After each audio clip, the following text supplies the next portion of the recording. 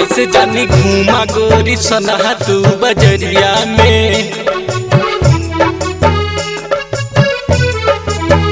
ऐसे जानी घूमा गोरी सनहा तू बजरिया में। लुट जाई चीज तो हर दिन दोपहरिया में। लुट जाई चीज तो हर दिन दोपहरिया में। दे दी है दुख कहूँ के बाली उमरिया में। दे दी है दुख कहूँ के बाली उमरिया में। लुट जाई चीज तो हर दिन दोपहरिया में। लुट जाई चीज तो हर दिन दोपहरिया में।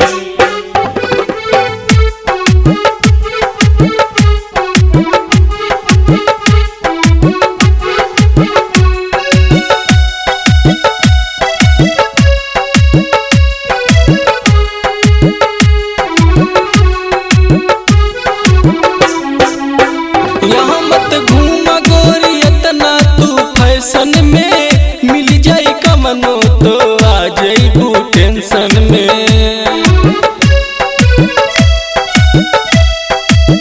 यहाँ मत घूमा गोरी इतना तू फैशन में। मिल जाई कमनो तो आ जाइबू टेंशन में।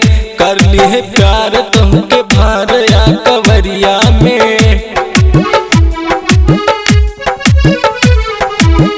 कर ली है प्यार तुमके भार या कवरिया में। लुट जाई चीज तो हर दिन दोपहरिया में। लुट जाई चीज तो हर दिन दोपहरिया में।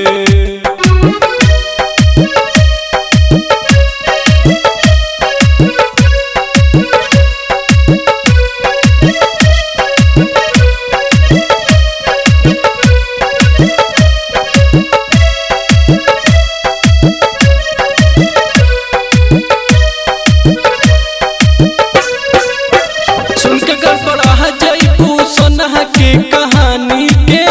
क्षण भर में चाट जाई है चढ़ल तो जवानी के।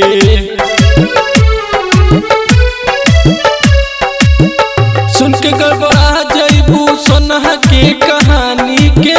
क्षण भर में चाट जाई है चढ़ल तोर जवानी के। उठा ले जाई है गोरी तोहके यार हरिया में। उठा ले जाई है गोरी तोहके यार हरिया में। लुट जाई चीज तो हर दिन दोपहरिया में।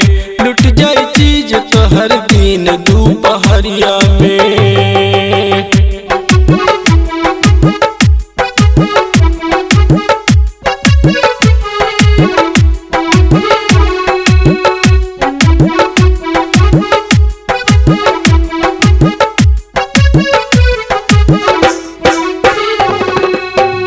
रखी है छुपा के गोरी आपन तू अमानत हो। देखी है जकीर पलाखन छोड़ी है ना सलामत हो।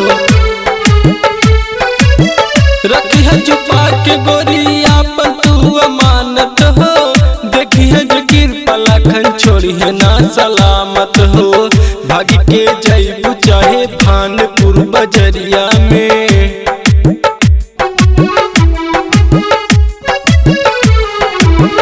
भाग के जाइबू चाहे भानपुर बजरिया में। लुट जाई चीज तो हर दिन दोपहरिया में। लुट जाई चीज तो हर दिन दोपहरिया में। ऐसे जानी घूमा गोरी सनहा तू बजरिया में। ऐसे जानी घूमा गोरी सनहा तू बजरिया में। लुट जाई चीज तो हर दिन दोपहरिया में। लुट जाई चीज तो हर दिन दोपहरिया में। साहनी रिकॉर्डिंग स्टूडियो कप्तानगंज बस्ती।